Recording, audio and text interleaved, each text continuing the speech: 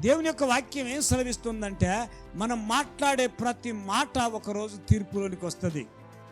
అందుకే వాక్యం ఏం సెలవిస్తుందంటే, అవునంటే అవును, కాదంటే కాదన్నట్టుగా ఉండాలని దేవుని యొక్క వాక్యం సెలవిస్తుంది. మనము మాట చెప్పినప్పుడు ఎలా ఉంటుందంటే, అవసరమైన జవాబు ఇవ్వాలి, కానీ అనవసరమైనటువంటి మాటలు మాట్లాడకూడదు. అనవసరమైన మాటలు మాట్లాడటం వల్ల లోకములో, కుటుంబంలో కానీ, మరి స్నేహితుల మధ్యలో కానీ, బంధువుల మధ్యలో కానీ అనేకమైనటువంటి విభేదాలు రావడానికి ఆస్కారం ఉన్నట్టుగా మనం చూస్తాము.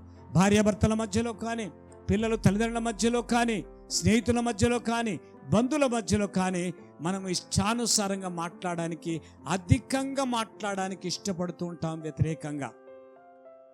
ప్రియులారా, మాట్లాడకూడదు. ఎందుకు మాట్లాడకూడదు అంటే, జీవ మరణాలు నాలుక వశ్యమని దేవుని యొక్క వాక్యం సెలవిస్తుంది.